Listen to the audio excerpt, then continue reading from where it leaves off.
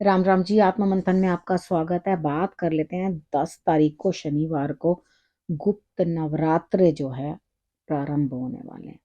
इधर गुप्त नवरात्रे के अंदर उतनी पॉम्प एंड शो नहीं होती। पहले तो बिल्कुल सीक्रेट रहता था, गृहस्थों को पता नहीं होता था, किसी को पता नहीं होता। वो सिर्फ सन्यासियों के लिए और जो लोग खूब पूजा पाठ के अंदर इन्वॉल्व रहते हैं उन लोगों के लिए जो है ये गुप्त नवरात्रे होते हैं। सिद्धियां प्राप्त करने का समय होता है। आप मेडिटेशन कर सकते हो, अपने सारे चक्र एक्टिव कर सकते हो।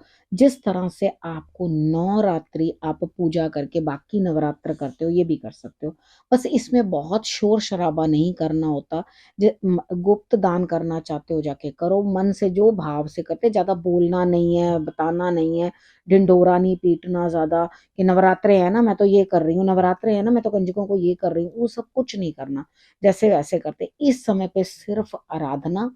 कोई भी मंत्र ले लो। अब सिद्ध करना क्या होता है? सिद्ध करना ये होता है कि आप उसको रिपीटेड जो है बोलते हो और वो आपको बाय हार्ट हो जाता है। ठीक है, तो वो आपका सिद्ध हो गया। जब आपको उसकी आवश्यकता है, उस मंत्र को आपने बोला तो आपके लिए वो काम करेगा। ठीक है, तो यहाँ पर कोई भी मंत्र जो है आप कर लो। निर्वाण मंत्र कर लो, आप गायत्री मंत्र कर लो, जो आपके लिए सूटेबल है, जो आपको ठीक लगता है आपके अकॉर्डिंग। नहीं तो अपने गुरु से या अपने एस्ट्रोलॉजर से पता करो कि कौन सा मुझे मंत्र जो है सिद्ध करना है।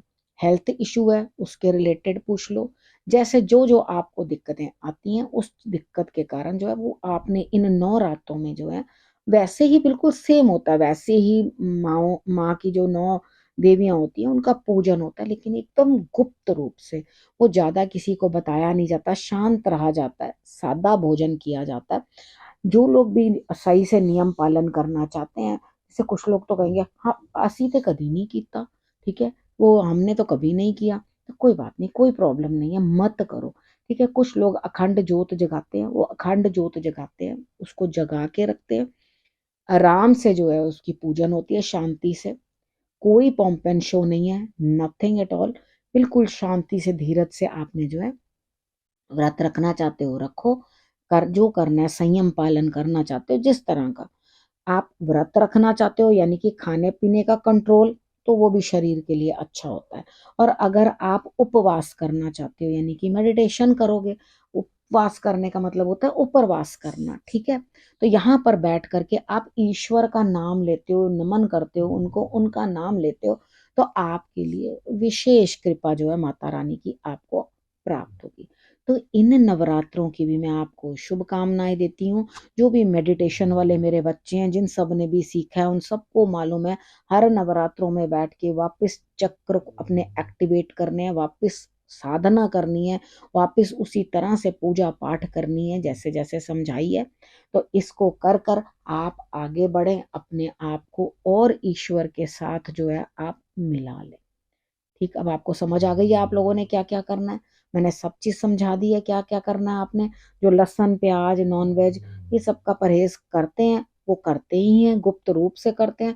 होता गृहस्थों के लिए ना, जो 2 नवरात्रे दूसरे आते हैं ना जिनको हम सेलिब्रेट करते हैं, चैत माह में आते हैं, आषाढ़ में आते हैं, तो यहाँ पर उनको जो हम सेलिब्रेट करते हैं वो अलग होते हैं। ठीक है, यहाँ पर जो ये हैं ये गुप्त साधना के लिए, तो उनको उसी हिसाब से करो।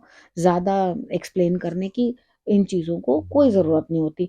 सबने जिन्होंने मेडिटेशन कर रखी होती है, समझ होती है, वो सब करते हैं। ठीक है, अब सीखना चाहते हो कैसे मेडिटेशन करनी है कैसे, तो अपने अपने गुरु आप जिनसे सीखना चाहते हो उनसे सीखो। ठीक है, और सीख करके जो है आगे बढ़ो। अब इस विषय को यहीं करती हूँ समाप्त। अगले विषय के साथ फिर से आपके पास आऊंगी, तब तक के लिए नमस्कार।